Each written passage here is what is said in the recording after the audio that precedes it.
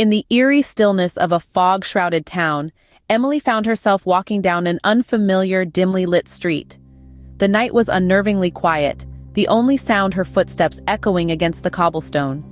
The thick fog obscured her vision, creating a sense of isolation. She couldn't remember how she got there, her last memory being falling asleep in her own bed.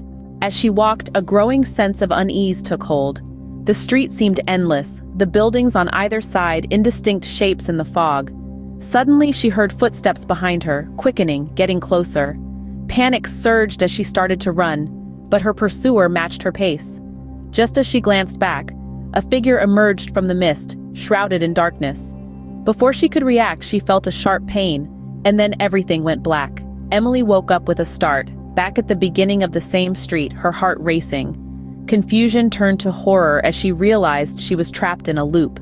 Each time she walked the street, the sequence replayed: the pursuit, the fear, and the inevitable, violent end.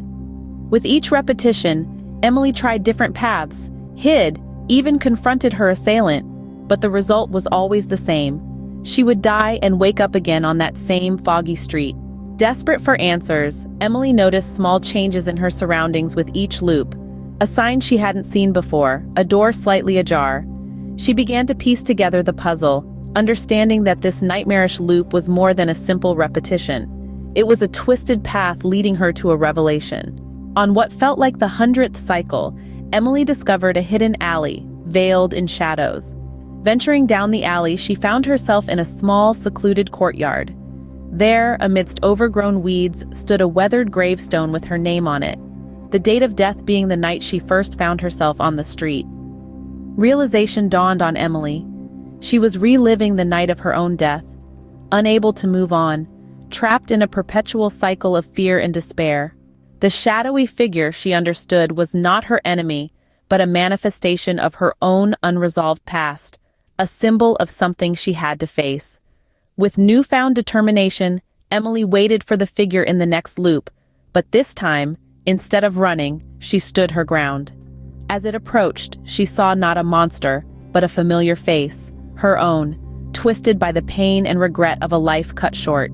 In this moment of confrontation, Emily felt a release, an unburdening of the weight she'd been carrying. She embraced the figure, accepting her fate, and with that acceptance, the cycle was broken.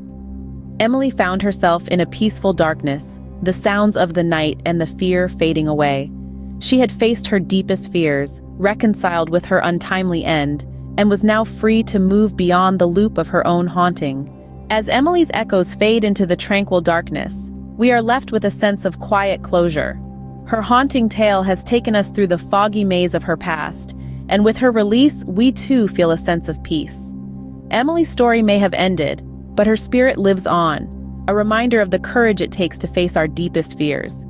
If you were captivated by Emily's journey through the fog, the endless streets, and the hidden alleys of her past, don't forget to hit that like button, share this video with fellow thrill seekers, and subscribe for more spine-chilling stories.